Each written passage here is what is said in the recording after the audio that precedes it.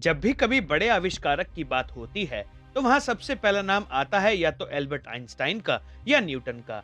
लेकिन इन सभी के बीच एक ऐसे आविष्कारक भी थे जिनकी खोज ने सारी दुनिया को एक अलग ही रूप दे दिया। लेकिन फिर भी उनका नाम हम में से बहुत ही कम लोग जानते हैं। जी हाँ दोस्तों, मैं बात कर रहा हूँ अपने समय से बहुत आगे की सोच रखने वाले महान वैज्ञानिक निकोला टेस्ला की, जिनके बहुत से आविष्कार चमत्कारों से कम नहीं थे। वे एक ऐसे वैज्ञानिक थे जो नामुमकिन को भी मुमकिन करने की क्षमता रखते थे। Radio transmission, induction Motors, alternating current और न जाने कितने ही ऐसे आविष्कार जिन्होंने इंसान की आम सी जिंदगी को एक रेवोल्यूशन बना दिया और कई साल आगे बढ़ा दिया। यूं तो निकोला टेस्ला के नाम पर 700 से ज्यादा आविष्कार के पेटेंट हैं, जिनसे उन्होंने इस दुनिया को तरक्की के रास्ते पर आगे बढ़ाया। लेकिन इनमें से कुछ आविष्कार ऐसे भी थे जो कि बिल्कुल ही अलग तरीके के थे, जो अगर बनाने दिए गए होते तो आज हमारी ये दुनिया ऐसी होती जैसी आज हम साइंस की फिक्शन मूवीज में देखते हैं। तो आइए देखते हैं वो 5 आविष्कारों को जो निकोला टेस्ला के सबसे मिस्टीरियस आविष्कार थे। मेरा नाम है गौरव और मैं आप सभी का स्वागत करता हूँ वर्ल्ड मिस्ट्री हब की एक और नई वीडियो में। तो इस वीडियो को आखिर तक देखें और अपना प्यार बनाए रखें। Number 5, earthquake oscillator. सन 1893 में निकोला टेस्ला के नाम एक और पेटेंट हो गया। ये था स्टीम पावर्ड मैकेनिकल ऑसिलेटर, जो बहुत स्पीड से अप एंड डाउन वाइब्रेट करके इलेक्ट्रिसिटी प्रोड्यूस करता था। लेकिन निकोला टेस्ला ने बताया कि अपने इस ऑसिलेटर के साथ एक्सपेरिमेंट करते हुए एक बार उन्होंने गलती से एक अर्थक्वेक को जन्म दे दिया था। टेस्ला जब इसकी टेस्टिंग कर रहे थे तो उन्होंने इसकी फ्रीक्वेंसी को अपनी बिल्डिंग में बने लैब की फ्रीक्वेंसी के साथ मैच करके देखा, जिसे रेजोनेंस फ्रीक्वेंसी कहते हैं। जब निकोला टेस्ला इसकी फ्रीक्वेंसी को लगातार बढ़ाते गए तो एक टाइम ऐसा आया जब वहाँ मौजूद हर एक चीज हिलने लगी और कुछ हवा में उड़ने लगी। फिर कुछ सेकंड्स में ही उन्हें जमीन और दीवारें क्रैक होने की आवाज आने लगी। तब उन्हें पता चल गया था कि उन्होंने गलती से एक अर्थक्वेक मशीन बना दी है जो बहुत बड़ी तबाही ला सकती है। टेस्ला उसे बंद करने की कोशिश करने लगे, लेकिन वो मशीन बंद नहीं हो रही थी। तब टेस्ला ने उसे तोड़ दिया। इतने में ही पुलिस वहाँ आ गई। टेस्ला ने अपने असिस्टेंट से चुप रहने के लिए कहा और कहा कि पुलिस को बताना है कि यह नेचुरल अर्थक्वेक था। उस दिन के बाद टेस्ला ने उस मशीन पर फिर कभी काम नहीं किया। Number 4, airships. निकोला टेस्ला जब बच्चे थे तब से ही उनको फ्लाइंग मशीन के विजन्स आते थे। दोस्तों, टेस्ला अपने समय के साइंटिस्ट और फिजिसिस्ट से एक कदम आगे थे, क्योंकि वह कुछ भी बनाने से पहले उसको अपने माइंड में ही देख लेते थे। कहने का मतलब ये है कि वह अपने माइंड में ही मशीनरी के हर एक पार्ट को अलग अलग करके उन्हें कंबाइन करके उसकी वर्किंग देख सकते थे, जैसा आज इंजीनियरिंग सॉफ्टवेयर से किया जाता है। अपने इस विजनरी पावर के कारण कई लोगों को यह लगता था कि उनका एलियंस के साथ कनेक्शन था, जो उन्हें सारी जानकारियां देते थे। जब टेस्ला बड़े हुए तो उन्होंने अपने इलेक्ट्रिकल और मैकेनिकल नॉलेज के आधार पर एविएशन का एक नया तरीका दुनिया के सामने रखा। सन 1919 के एक आर्टिकल में टेस्ला ने एक सुपरसोनिक एयरक्राफ्ट की बात की है जो धरती से लगभग 8 मील ऊपर उड़ेगा। टेस्ला का मानना यह था कि अगर किसी चीज को इलेक्ट्रिसिटी का हाई अमाउंट दिया जाए तो उसे लिफ्ट मिलती है, जिसे हाई फील्ड प्रोपोर्शन का नाम दिया गया। यह इतनी तेजी से काम करता कि न्यूयॉर्क से लंदन सिर्फ 3 घंटे में ट्रेवल हो जाता। इसका पावर सोर्स धरती पर बने वार्डन क्लिफ टावर होते, जो वायरलेसली पावर ट्रांसमिट कर सकते थे। इसमें किसी भी प्रकार के वायर की जरूरत नहीं होती। नंबर 3, डेथ रे। डेथ रे was one of the biggest invention of Nikola Tesla. Nikola Tesla एक ऐसे आविष्कार पर काम कर रहे थे जो लगभग 250 मील की दूरी से ही किसी भी विमान या समुद्री जहाज को डिस्ट्रॉय कर सकता था। अपने 78वें जन्मदिन पर उन्होंने द न्यूयॉर्क टाइम्स को यह बताया कि वह कुछ समय में ही बहुत पावरफुल वेपन के साथ सामने आएंगे। वो पावरफुल वेपन था डेथ रे। यह एक ऐसा हथियार था जो मरकरी पार्टिकल्स को एक वैक्यूम चैम्बर के अंदर साउंड की स्पीड से भी 48 गुना एक्सेलरेट करता और हाई वेलोसिटी के साथ एक बीम के रूप में फायर करता। चाहे 250 मील की दूरी पर 10,000 प्लेन क्यों ना हो, यह डेथ रे उनको वही डिस्ट्रॉय कर सकता था।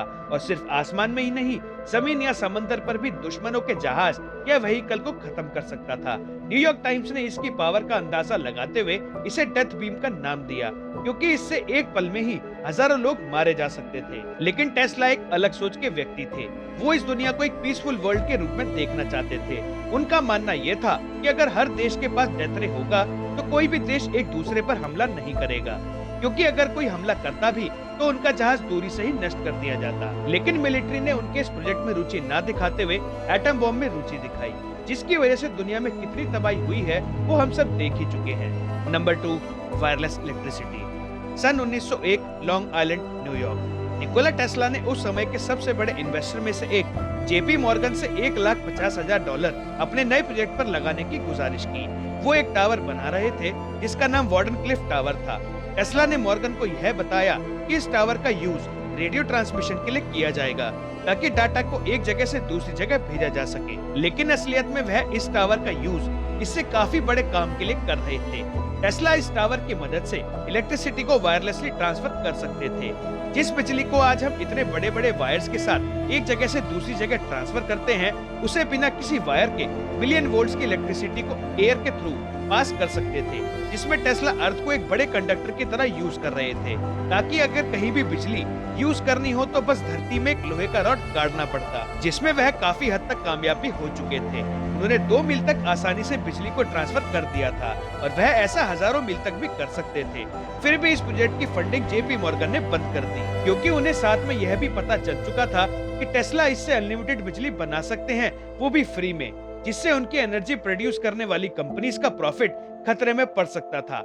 इससे पहले कि यह बनकर तैयार होता, 1905 में टेस्ला को यह प्रोजेक्ट बंद करना पड़ा, क्योंकि उनके पास आगे काम करने के लिए पैसे नहीं थे। अपने प्रॉफिट को सिक्योर करने के लिए 1917 में जेपी मॉर्गन ने फ्री इलेक्ट्रिसिटी के यह आखिरी सपने को तोड़वा दिया और दुनिया प्योर और फ्री एनर्जी को कभी यूज नहीं कर सकी। नंबर 1 से पहले अगर आप इस चैनल पर नए हैं तो इस चैनल को सब्सक्राइब कर लें और बेल आइकन को प्रेस कर लें, जिससे कि आप कोई भी नोटिफिकेशन मिस ना करें और वीडियो आप तक सबसे पहले पहुंचे। Number 1, thought camera. टेस्ला मानते थे कि हमारे दिमाग में चल रहे विचारों को एक तस्वीर में उतारा जा सकता है। सन 1930 में अपने एक इंटरव्यू में टेस्ला ने एक रिपोर्टर को बताया कि वह एक ऐसी मशीन बना सकते हैं जो दिमाग में चल रही विचारों को तस्वीर में उतार सकती है। टेस्ला ने बताया कि सन 1893 में उनके इन्वेस्टिगेशन के दौरान उन्होंने यह पाया कि हमारे दिमाग में चल रही विचारों की हूबहू नकल हमारे रेटिना में रिफ्लेक्ट होती है, जिसको सही तकनीक के साथ डिकोड करके तस्वीर में उतारा जा सकता है। अगर ऐसा होता तो दुनिया में किसी के भी विचारों को पढ़ना मुश्किल नहीं होता, हमारे दिमाग एक खुली किताब जैसा हो जाता। लेकिन इससे पहले उनका यह आविष्कार पूरा होता, 7 जनवरी 1943 को निकोला टेस्ला ने इस दुनिया को अलविदा कह दिया। आज भी कई रिसर्चर्स माइंड रीडिंग के तरीकों को खोज करने में लगे हुए हैं। वह ऐसे एल्गोरिथम खोज रहे हैं जिससे कि विचारों को डिकोड किया जा सके।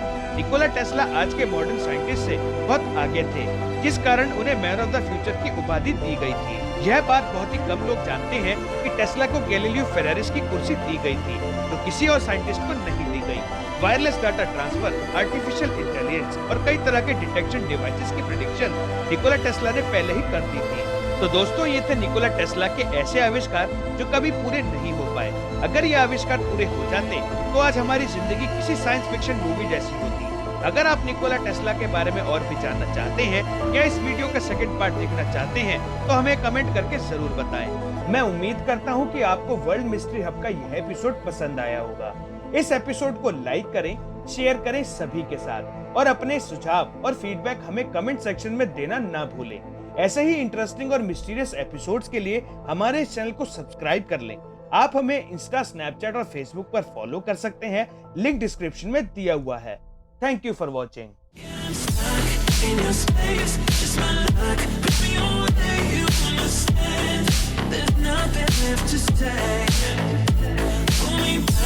Take my hand, come on, babe, you understand.